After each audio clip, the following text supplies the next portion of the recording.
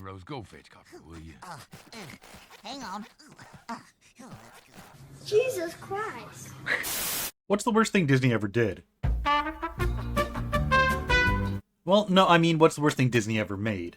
Disney is a prolific and well-respected animation powerhouse. From somewhat humble beginnings to its overwhelmingly large modern-day status, Disney has been churning out content for almost a century, a claim not a lot of production companies can make. That massive media outpouring has had good stages and it has had bad stages. I think...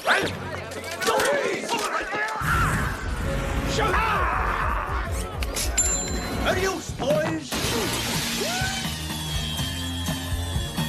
Generally speaking, though, Disney has always been respected, in particular during certain eras when Disney's output was particularly stellar. During these times, it seemed like nothing could stop the G-rated family content locomotive that is Disney. Alright, now don't panic.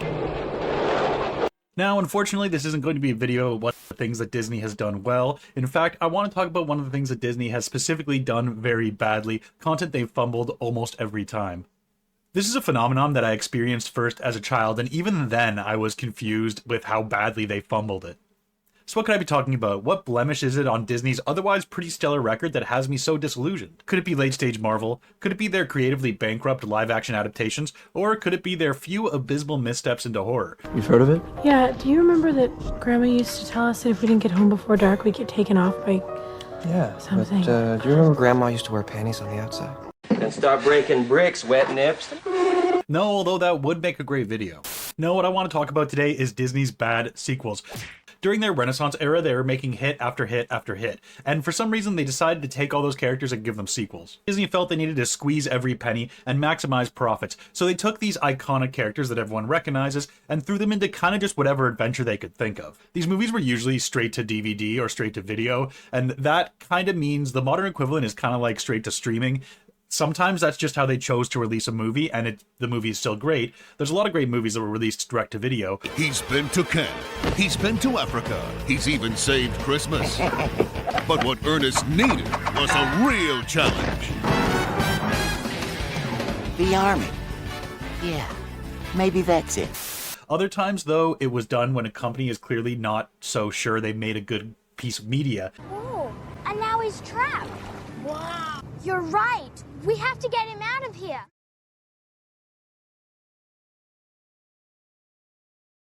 Boring! With a few notable exceptions, Disney mostly used the straight-to-video release method for their sequels. Now, these movies tend to have different voices, they tend to have a different kind of animation, it looks different, and there's just a steep drop in quality for a lot of these sequels, and there's a very good reason for that. Turns out the Disney sequels weren't even really made by Disney, at least not by Disney Animation Studios. They were made by Disney Toon Studios, which is an arm of Disney that has since been severed. Disney Toon Studios, originally named Disney Movie Toons, and also formerly Walt Disney Video Premieres, was an American animation studio that was founded in 1990 and went defunct in 2018. So one of the abysmal movies that Disney Toon Studios made was Fox and the Hound 2. I love the original Fox and the Hound. It's one of my favorite movies. I think it has great themes. I think it has beautiful animation. I think it really challenges its audience. And I think it's just a great movie all around. Whereas the sequel is honestly one of the worst movies I've seen. The movie starts and we see the puppy Copper, and straight away we're cracking jokes. Joke, joke, joke. Todd and him are chasing a cricket. Right after that, bam, country music. Gone is the cozy atmosphere and good vibes of the original 1981 movie.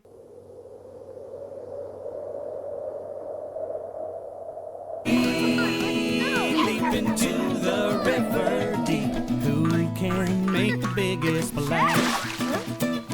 Or the widest grin as we jump on in? Who can let out the light? And then Copper and Todd hear something. Basically, the movie is on a truck going down the road.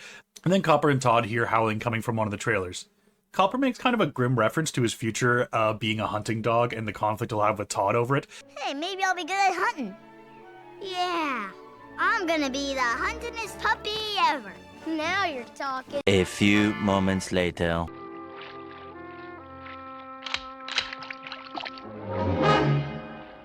And then they are off to home where Copper learns about this contest, and there are some general shenanigans, honestly, just more time killing. He got you over a barrel, huh? This is where the movie starts to feel soulless to me. Not necessarily uninteresting yet, but just soulless.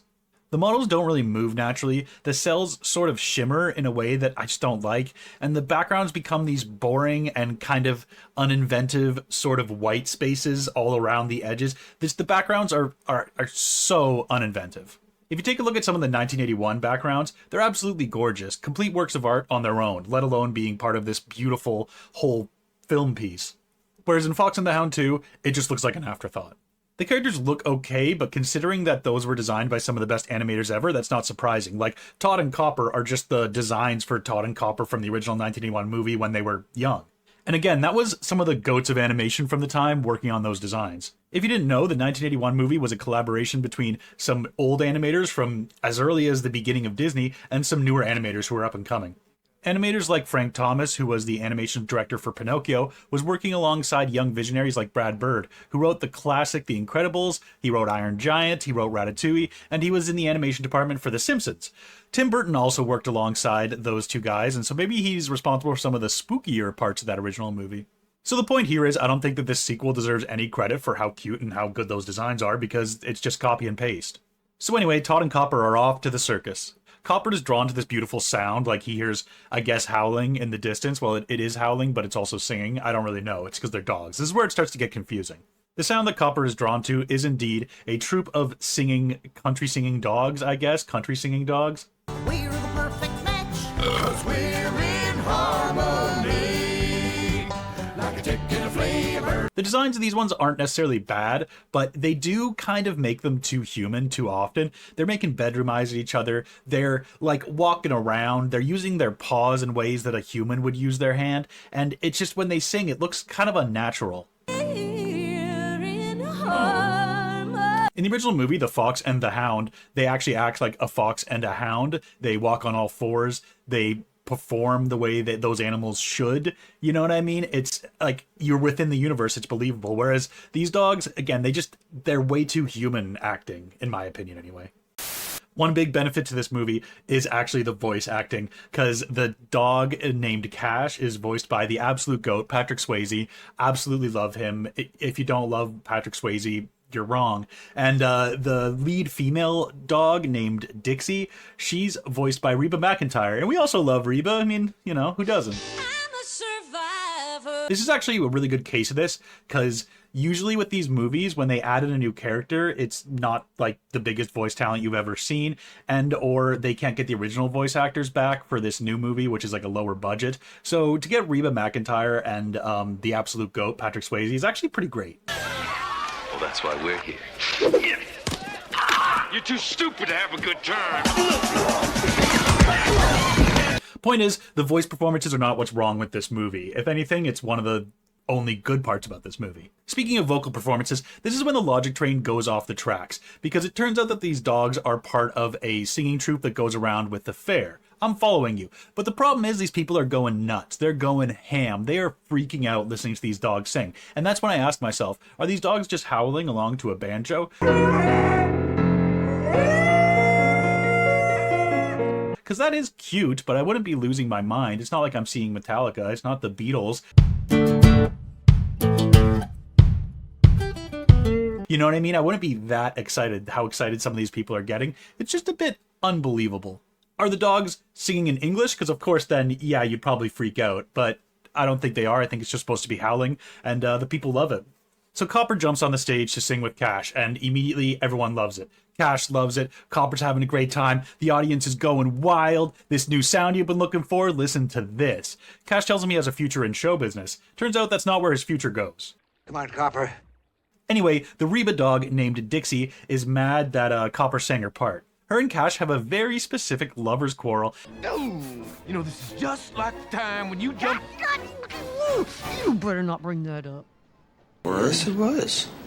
Sort of a private conversation. And then she quits the band. The band broke up. What are we gonna do? The band's broken up. At this point, we're introduced to a guy who looks exactly like Doug Dimmadome. He's driving his car through the sparsely populated fairgrounds where you see that there's this one little unaccompanied kid by these balloons. Very, very major It vibes, if you ask me honestly. As Doug Dimmadome gets out of his car, he's approached by this little kid who's the chaperone for a talent show or something. Honestly, these characters are kind of just there to kill more time. They have a Looney Tunes type dynamic where the old Doug Dimmadome guy keeps on getting hurt, and the little girl keeps on walking away unscathed and like making snarky comments about it. It's not that great. At this point, I realize that Doug Dimmadome is voiced by another absolute goat, Stephen Root. The man is the stuff of legends. You probably know him from, I don't know, Office Space, King of the Hill. He's even in Get Out in a really good performance. It ain't fair, man. Oh, you got that right. Shit ain't fair. Anyway, because Dixie is not going to be in the band anymore, Cash has to recruit Copper to sing that part, because it's another weird issue here. Like, one less howling dog is going to ruin this show. Okay. There are some more shenanigans with Stephen Root and the chaperone kid, but again, it's not really worth talking about. After this scene, we have a little upset moment where you can see that Dixie is mad at Cash. At this point, I was bothered by the designs again. They aren't like necessarily bad on paper, but when you make them get up and move around, it's just a bit odd. Those classic designs have character because they're really anatomically good. They look like animals, they move like animals, and again, they look like animals. The animators in this one seemed like they had really good animators, but they just made them too characterized. They made them too human looking, and honestly, it just kind of comes off as weird at a certain point. Honestly, at a certain point, especially during the music videos, which there are a lot of, it kind of just feels like I'm watching the Reba McEntire persona sing a song to me. It's all a good doggy. It's all a good doggy.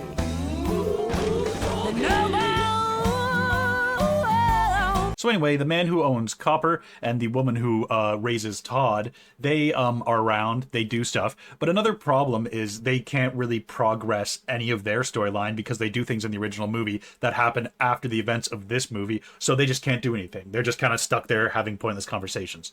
So Dixie's not having it. So Dixie decides to sabotage Copper by making him eat peanut butter. And this is another point where you kind of ask yourself, what are we doing here? Isn't this a movie about not judging others by like how they're born, by who they are? Isn't this a movie with good themes? Oh no, wait, this is Fox and the Hound 2. This movie is an interquel about Copper and Todd having a fun summer at the fair where they join a country band, and there's kind of a bad dynamic where the band might break up. Because like what are we doing here? We go into another dog music video because, yeah, the story here is paper thin. We have a reference to the Beatles, which is kind of fun, but again, it kind of makes me feel weird because it's like, these are human. Shouldn't it be like girl dogs or something that love the famous dogs? I don't know. It's just, I'm overthinking it. So Todd and Reba McEntire talk for like 2 seconds and then bam, another music video, right back into it. This song is low-key kind of a banger, but honestly, it outstays its welcome so fast. I love this part. The human who plays music for them is just jamming out. So what, is he like hanging out with these dogs after the show and just jamming out to them still? I'm so curious about this dude's life. So yeah, like I said, this song is honestly kind of a banger, but it outstays its welcome. After a while, there's so much neon light and thrusting. It's like a scene from The Substance or something. So at this point, the owner of Todd and Copper realize that Todd and Copper are missing, and they have another conversation that goes nowhere, which speaks to another big issue with a lot of these movies. Like Beauty and the Beast 2, Belle's Enchanted Winter, I want to say, is another one that does this. It's an interquel, it's not a true sequel, because these movies have really definitive endings. They tell a full story really, really well. You can't take a story that's told perfectly and then just say, actually at this point, they had this country singing adventure. Same as you can't take Beauty and the Beast, a near perfect movie, and say, actually at this point, Belle had a really nice Christmas. So like I said, Todd and Copper's parents have a totally inconsequential conversation. And at this point, Dixie realized that she can lure them back to like claim Copper, I guess, and that will like ruin the new band dynamic or something. Todd helped Dixie with this scheme, and Todd feels like a jerk. And you know what? He should. That's another problem with these interquels, is they add character to these characters, you know? Like, at the end of that movie, it's really affecting and powerful, and it's just less affecting and powerful if you know that Todd was a total jerk to Copper one time because he joined a band. It's just weird to me to add betrayal lore to a movie that's, like, fundamentally about friendship. Scar! Brother, help me! So basically, the owners get to the fair where they inadvertently cause someone to throw a dart into cows. It causes a stampede. It totally destroys the fair, and everyone is bummed. We have our all is lost moment.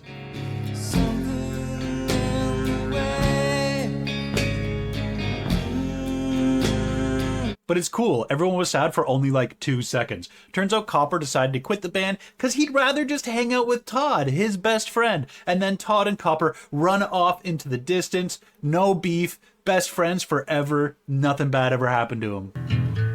Come on, Copper.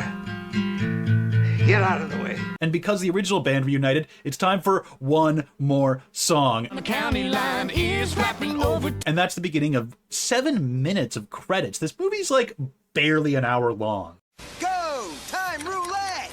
So that was The Fox and the Hound 2. A few things really work. Honestly, the voice performances are good. If this was a different movie unrelated to Fox and the Hound that was just about dogs singing country music and it had Reba McEntire and Patrick Swayze, I'd say you have a really good movie on your hands. At the end of the day, talented artists and hardworking people worked on this movie, and I applaud them because they made something, and that's more than I can say. However, it was entirely conceived in like greed and the desire for making money, and this kind of cynical take that like if you throw a couple of cute dogs in with Reba McEntire singing, it'll bring in some money. And you know what? It did. These movies famously made a lot of money. So for better or for worse, they made a lot of Disney sequels. I'm back in the J. Please like and subscribe. I appreciate you watching, especially here to the end. And yeah, look forward to more videos.